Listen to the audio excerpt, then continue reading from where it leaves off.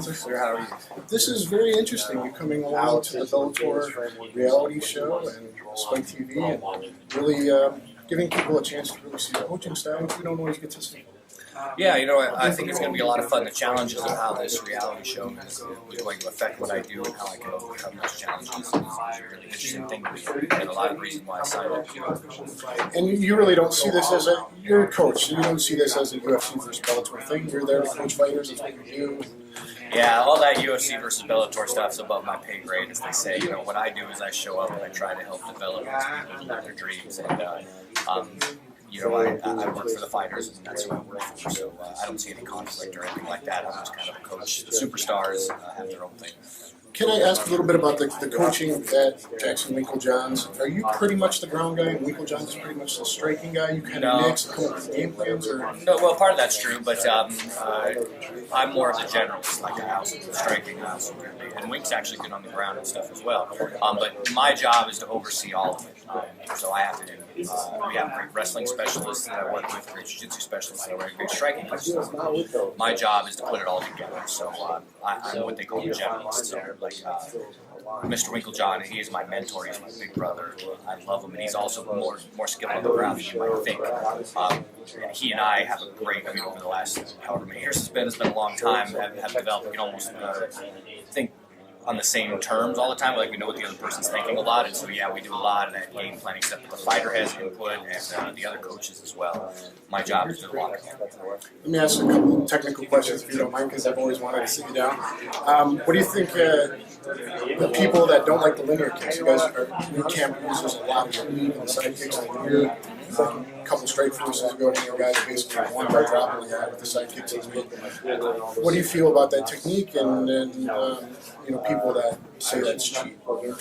Well, here's the thing: is you give us the rules, and we'll fight within those rules. So if they don't like it, take it away. But as far as cheap or not cheap, if you don't like it, you take it out of the rules. But within the rules, we will do what we need to do to give our guys the best advantage, and that means every style, every technique, everything that is on the table, we are going to use. I'm not going to come into a fight and go, "Well, we lost it, but at least we won." I don't disagree. No, of course not. And so I think that you're always going to have people that get upset about this, that, and the other thing. But if you don't like it, learn to defend it. It's not that hard. Yeah, it's not that hard to lift your knee, point it, defend it, counter it, even. No one's doing it. And especially against like John Jones with his reach, it's incredibly hard. But, you know, me, if Vitor Belfort's camp and you know you're fighting a guy who's going to use that technique in all his fights, uses it a lot, it's up to them to defend it. Right, exactly. And so, you know, part of that is people get upset because they aren't familiar with it. They don't know. I mean, oh, it's a side kick to the knee. What does that even do? And I think the more you become familiar with techniques, the more powerful they become. And Savant's used all the time, but it hasn't done these horrible injuries everywhere. Right, and really, and there isn't those horrible injuries even when we're doing it to the guys. So yeah, a lot of that.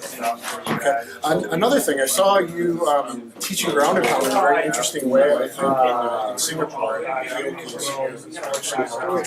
You guys are teaching to hit deep kind of with the fist down as opposed to up. Right.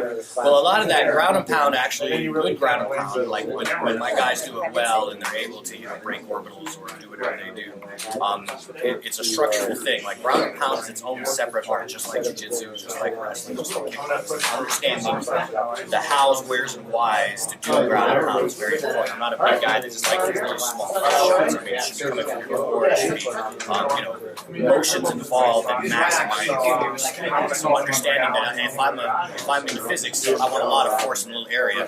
By turning this over and making these two strong knuckles, this little area, the primary point of impact, that increases my power, which increases my chance of finishing the fight. And structurally, it's linear now, as opposed to a big bend in the wrist. And got it. Now you see it.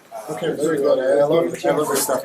And how much back and forth, and what was that decision to do this show? Are you going to be able to leave to put in the other fighters? Was that something you had to stipulate, like at least your main guys in UFC? Right. I did have to. I had to make sure that, you know, that I was there for any of the guys that already had fight schedules and stuff to make sure that you know, I give them attention too. I have to balance out both of these things for the duration of the show. Do you know how long you're going to be in Louisiana for?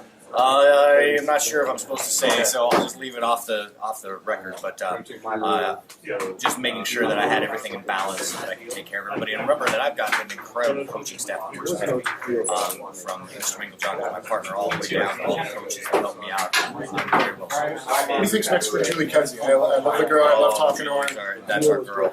She is hopefully looking to fight in June.